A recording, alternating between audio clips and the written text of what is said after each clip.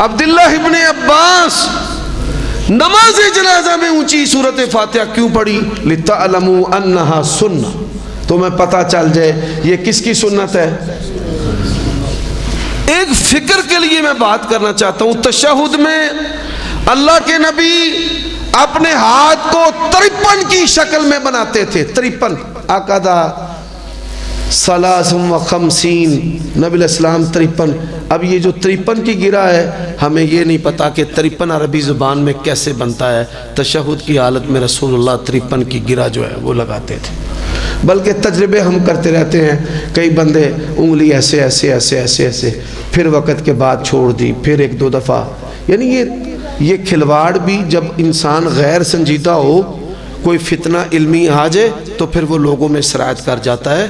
ہم علماء کی ذمہ داری ہے کہ مساجد میں آنے والوں کو مسنون طریقے سے نماز سکھائیں۔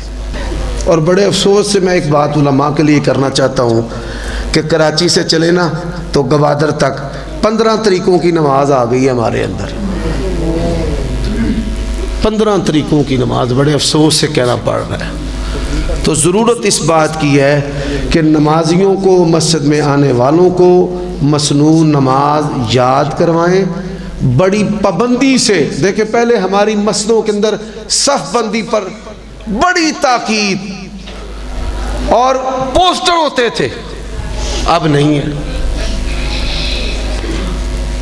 تو صف بندی بھی، مسنون نماز بھی، صحابہ کرام ساری زندگی اس بات کی فکر کرتے رہے، فلاں چیز اللہ کے نبی نے اونچی پڑھی ہے، آہستہ بھی پڑھی ہے۔